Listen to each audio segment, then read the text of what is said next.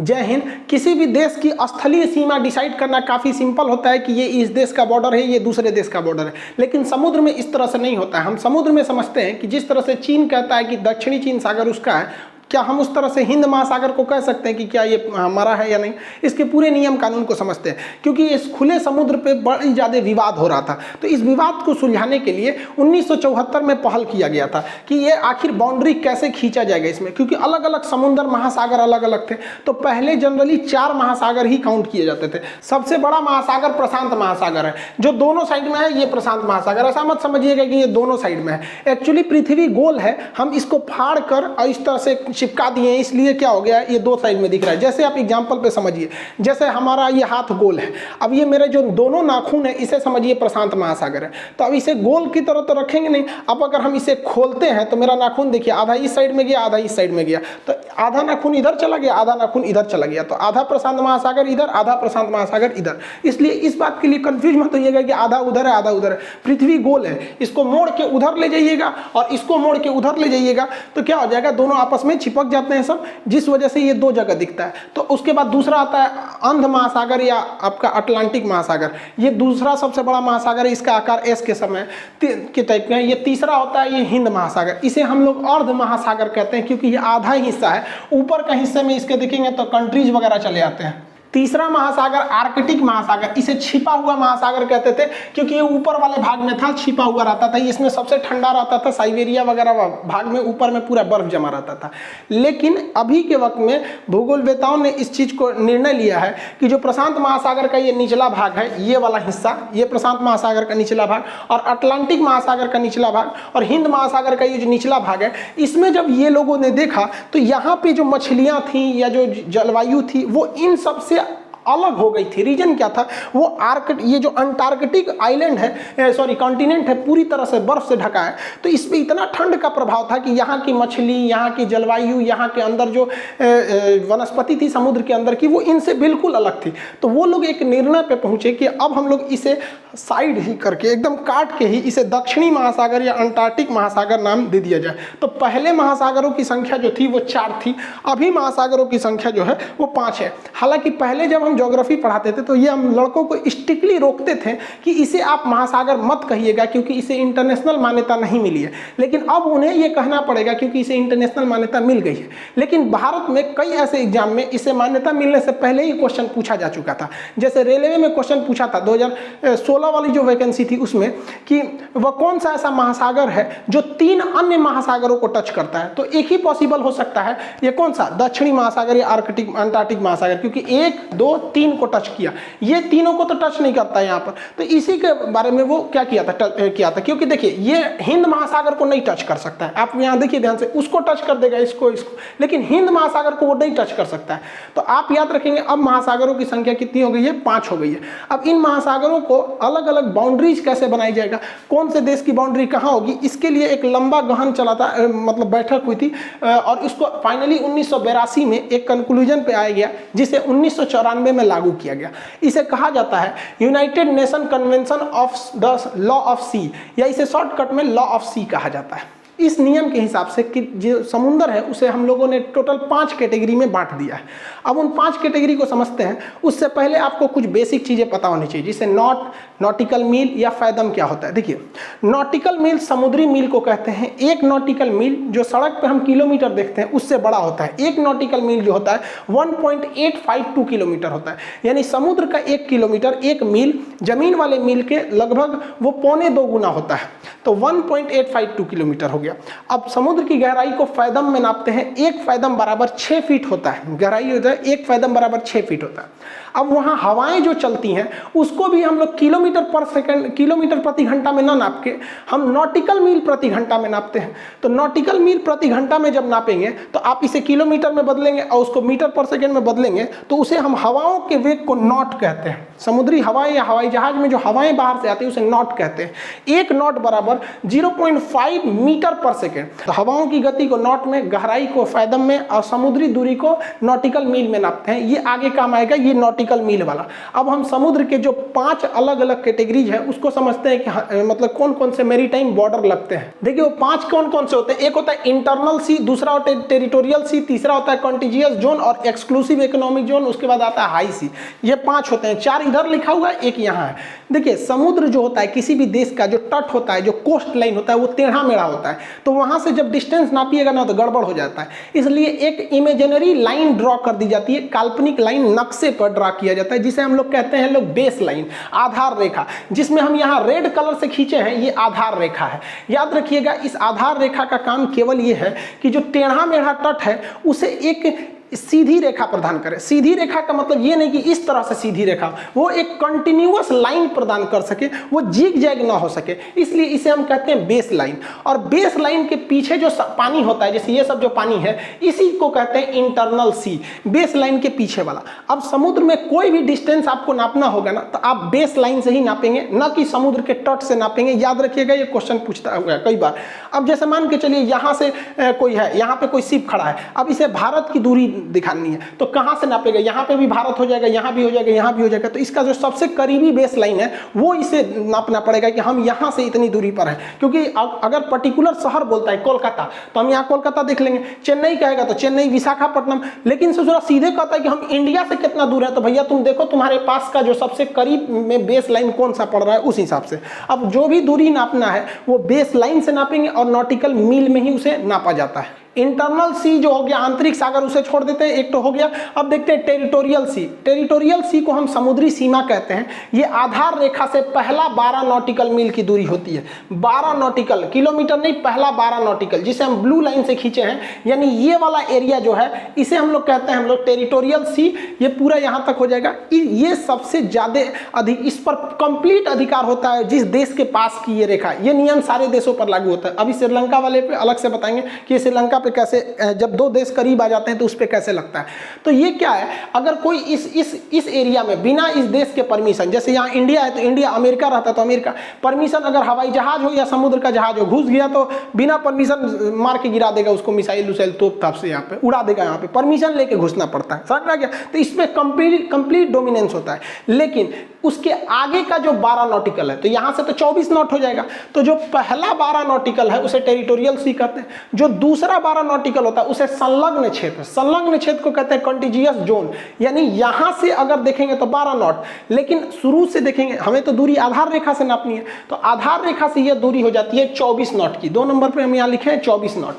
तो ये वाला जो डिस्टेंस है ये वाला भी इसी देश का अधिकार होता है, लेकिन यहाँ कुछ रिस्ट्रिक्शन है। क्या है कि अगर इसमें कोई बिना परमिशन एंट्री करता है तो आप उसे हमला नहीं कीजिएगा, पहले उसको समझिएगा, कहिएगा सुन यहाँ तुम आ गया ना तो तुम हमको सीमा शुल्क दो, मतलब कस्टम ड्यूटी दो। यहाँ पे तो तुमको सीमा शुल्क देना पड़ेगा, सीमा शुल्क यहीं से लग जाता है। और हवाई जहाज भी अगर यहाँ से उड़ के गया ना, इस एरिया से भी अगर हवाई जहाज उड़ के ऐसे चला गया तो इसको भारत को टैक्स देना पड़ेगा, सीमा शुल्क। तू हमारे एरिया में आके हवा प्रदूषण छोड़ के गया था। तो सीमा शुल्क जो लगना है वो कंटिन्यूअस जोन से ही चालू हो जाती है, चाहे वो हवाई सीमा शुल्क हो या समुद्री सीमा शुल्क। लेकिन अगर इसमें घुस गया बिना परमिशन तो ठोका जाएगा। हाँ, परमिशन लेके आओ, कोई दिक्कत नहीं होता है। इस एरिया तक की साफ सफाई की जिम्मेदारी इसी देश की रहती है। अब इसके बाद आधार रेखा से 200 नॉटिकल मील, यानी अगला 200 नॉटिकल मील, ये काफी लंबी दूरी हो जाती है। अगला 200 नॉटिकल मील, किलोमीटर नहीं, 200 नॉटिकल मील जो होता है उसे हम लोग EEZ, एक्सक्लूसिव इकोनॉमिक जोन, अनन्य आर्थिक क्षेत्र कहते हैं। इस एरिया में इस देश का कोई अधिकार नहीं है कि आप टैक्स ले सकते हैं, ना वो हवाई जहाज पे सीमा शुल्क लेंगे, ना ही आप समुद्री जहाज पर सीमा शुल्क लेंगे। यहाँ पे किसी को आने जाने से नहीं रोक सकते हैं, यहाँ पे घूमने से नहीं रोक सकते हैं, किसी की देश के नौसेना की जहाज को भी नहीं रोक सकते हैं, और ना ही उस पर टैक्स ले सकते हैं। हाँ, यहाँ क्या कर सकते हैं, यहाँ मछली पकड़ने का अधिकार इसी का होगा, क्योंकि देखिए ये इकोनॉमिक जोन है, यानी पैसा से रिलेटेड कुछ भी होगा तो इसी देश का है। यहाँ मछली पकड़ने का अधिकार इसी देश का, तेल निकालने की जिम्मेदारी यहीं पे हो जाएगी। इस एरिया में अगर पेट्रोलियम मिला तो इसी का होगा, अगर कोई नया द्वीप आइलैंड मिल गया तो इसी का होगा, भले कोई भी खोजे मिलेगा तो इसी का हो जाता है। समझ में आ गया कि नहीं आ गया। अब ये ऑयल कैसे निकाला जाता है और किस तरह से बड़े बड़े शिप जो होते हैं वो 3-3 साल तक जो लोग मछली पकड़ते हैं उसको 2-3 दिन में कैसे पकड़ लेते हैं उसको हम लोग समझते हैं। यहाँ देखिए, अब ये 200 नॉटिकल मील के बाद का जो एरिया होता है उसे हम लोग कहते हैं हाई सी। ये इंटरनेशनल लॉ हो गया। अब यहाँ पे किसी की बपौती नहीं चलेगी। अगर बाय द वे यहाँ पेट्रोल मिल भी गया, यहाँ पेट्रोल मिल भी गया तो वो आप डायरेक्ट वहाँ से नहीं निकाल सकते, आपको जाना पड़ेगा इंटरनेशनल सी बेड अथॉरिटी के पास। अब वो जांच करेगी इसे पहले खोजा कौन था और ये इंटरनेशनल बाउंड्री में आ रहा है तो करीब किसके है, मान के चलिए इसके भी करीब है, इसके करीब है तो बांट देगा कि भैया तुम भी ले लो, तुम भी ले लो, इस टाइप का। तो इसके पास जो लगता है इंटरनेशनल सी बेड, सी मतलब समुद्र, बेड मतलब नीतल, नीचे का हिस्सा, अथॉरिटी वही इसकी देखती है। तो 5 हिस्सा हो गया, 1 2 3 4 और अंदर वाला 5 हिस्सा हो गया यहाँ पर। अब देखिए, लेकिन अगर कभी कभी क्या होता है, कुछ ऐसे देश होते हैं जो बहुत करीब आ जाते हैं समुद्र में, तो उन पे ये नियम नहीं लग पाता है। जैसे श्रीलंका, तो श्रीलंका में आप ऐसे करेंगे तो श्रीलंका भारत के इकोनॉमिक जोन में आ जाएगा, पूरा रख लेंगे। तो उसमें एक नॉर्मल बाउंड्री कर दी जाती है कि भैया इसके इधर तुम्हारा, इसके इधर इसका, यहाँ पर काम खत्म यहाँ पर। तो इसमें आप बन ही नहीं पाएगा ना उतना लंबा, उस हिसाब से देखेंगे तो ये इकोनॉमिक जोन में आ जाएगा। इकोनॉमिक जोन जितना लंबा रहेगा आपको फायदा होगा, क्योंकि मान के चलिए जैसे हमारा अंडमान निकोबार, अमूमन लोगों को लगता है कि अंडमान निकोबार से क्या फायदा है। एक तो हमारी सैन्य फायदा है कि चीन इधर से आएगा तो हम देख लेंगे। दूसरा आप देखिए ना, अगर हमको जहां यहाँ आइलैंड मिल गया तो हमें यहाँ आधार रेखा खींचेंगे, संलग्न समुद्री सीमा, संलग्न क्षेत्र, आर्थिक क्षेत्र, इतना बड़ा ये एरिया तो ऐसे मिल गया।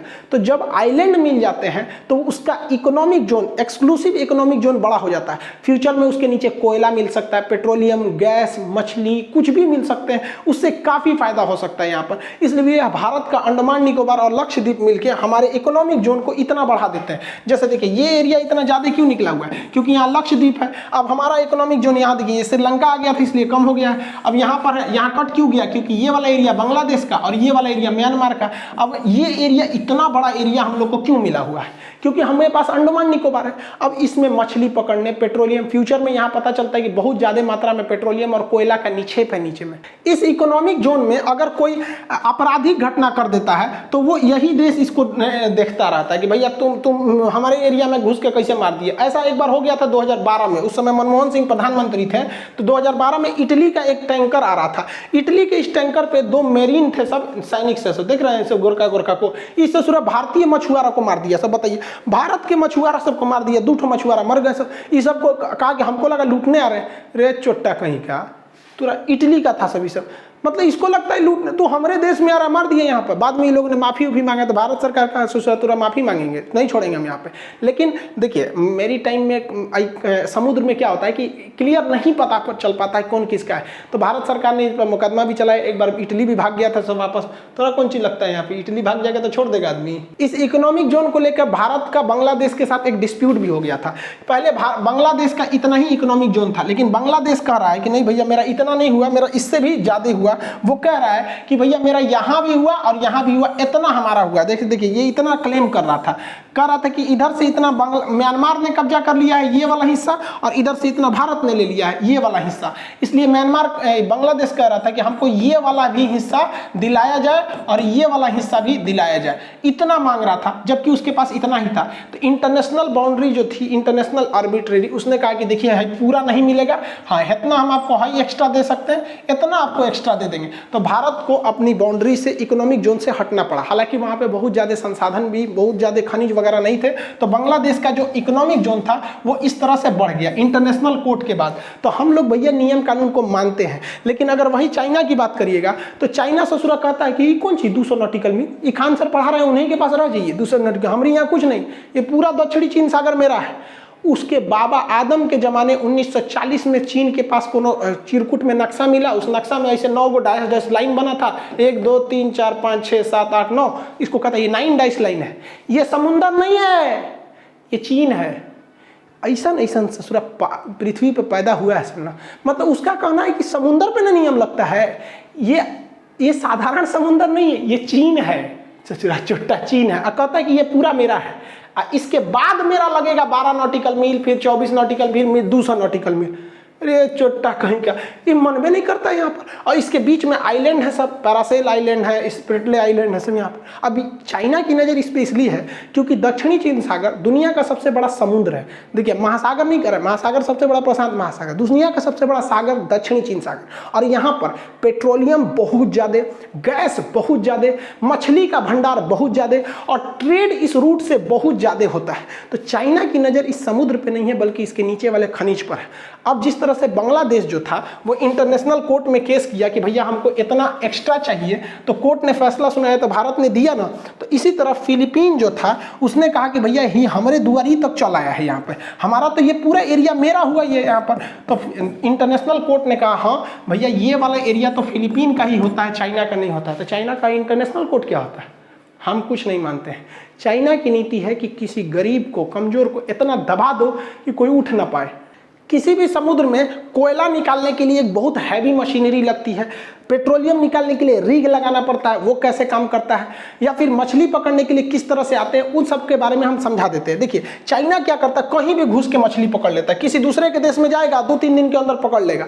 अभी हाल ही में इसने पाकिस्तान में आया है, अब पाकिस्तान में लंगर डाल के पाकिस्तान 3 साल में जितनी मछली पकड़ता है ना, ये ससुरा 2 दिन में उतना मछली पकड़ के लेके चल गया यहाँ से ससुरा। और वहाँ ग्वादर के लोग मूड़ी पीट रहे, लगे ससुरा बलूचिस्तान वाले लोग हमारा मछली ले गया, अब गरई मछली बचल है सब, वहाँ पे खाएगा वो गरई मछली।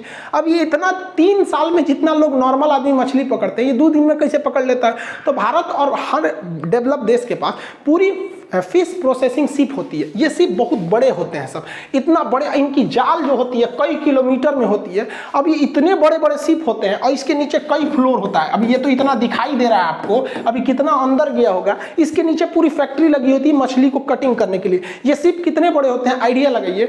ये जितना बड़ा ये दिख रहे हैं, ये गाड़ी खड़ी है 4 व्हीलर, ये जितने 4 व्हीलर बाहर दिख रहे हैं ये सब इसमें ये सामान लेगा। यहाँ पर ये किसी शहर में नहीं रह पाएगा, ये पूरा लेके चल देता है। इतने बड़े बड़े शिप होते हैं और इस शिप में कई डेक होते हैं, जिसमें क्या होता है कि मछली तो एक और से साइड से पकड़ लो, यहाँ से मछली पकड़ के और नीचे भेज दिया जाता है। नीचे पूरी मशीन लगी हुई, कन्वेयर बेल्ट, एक जगह कटिंग वगैरह हो रहा है और कटिंग करते करते आगे भेज देते हैं सब। यहाँ पर ये शिप के में जो जाल लगाया जाता है उसको बड़े बड़े लोहे के जंजीरों में बांधा जाता है। इससे तो पूरा का पूरा एक तो बिल्डिंग हिला सकते हैं हम लोग। इतने बड़े बड़े जंजीर में बांधा जाता है ताकि ज़्यादा से ज़्यादा मछलियों को खींचा जा सके। और ये एयर बबल जो होते हैं, ये बॉल, ये इस चीज़ को डिनोट करते हैं कि जाल कहाँ तक गया हुआ है, क्योंकि जाल कई किलोमीटर लंबा तक चला जाता है, क्योंकि बड़ी ज़्यादा मछलियों को पकड़ना पड़ता है। इसे मोटर से जाल को फेंका जाता है। अब ये इतना लंबा जाल है, इसको खींचने के लिए मोटी रस्सियाँ चाहिए और फिर मोटे आकार के जंजीर चाहिए। इनको खींचने के लिए कई किलोमीटर तक लंबे होते हैं। जब खींचा जाता है तो पक्षी भी उस जाल में से जो मछलियाँ होती हैं उनको खाने लगते हैं। इन्हें मोटर से, बड़े बड़े हैवी क्रेन से इन्हें खींचा जाता है, क्योंकि ये कई टन मछलियों को एक बार में ही निकाल लेते हैं। इसमें पूरे के पूरे मछली होगी। और इसको क्या होता है, ये मछलियों को जब खींचा जाता है तो फिर इसे नीचे के डेक में भेज दिया जाता है। ये यहाँ आ गया, ये डब्बा खुलेगा और ये पूरा का पूरा मछली डेक में चली जाएंगी। पूरा एक साथ इस जाल को खोलने के बाद पूरी मछलियाँ डेक में चली जाती है। दिखने में भले ये छोटा लग रहा हो, क्योंकि दूर से देखने में समुद्र में इतनी छोटी मछली कहाँ रहेंगी, सब बड़ी बड़ी मछलियों को पकड़ा जाता है।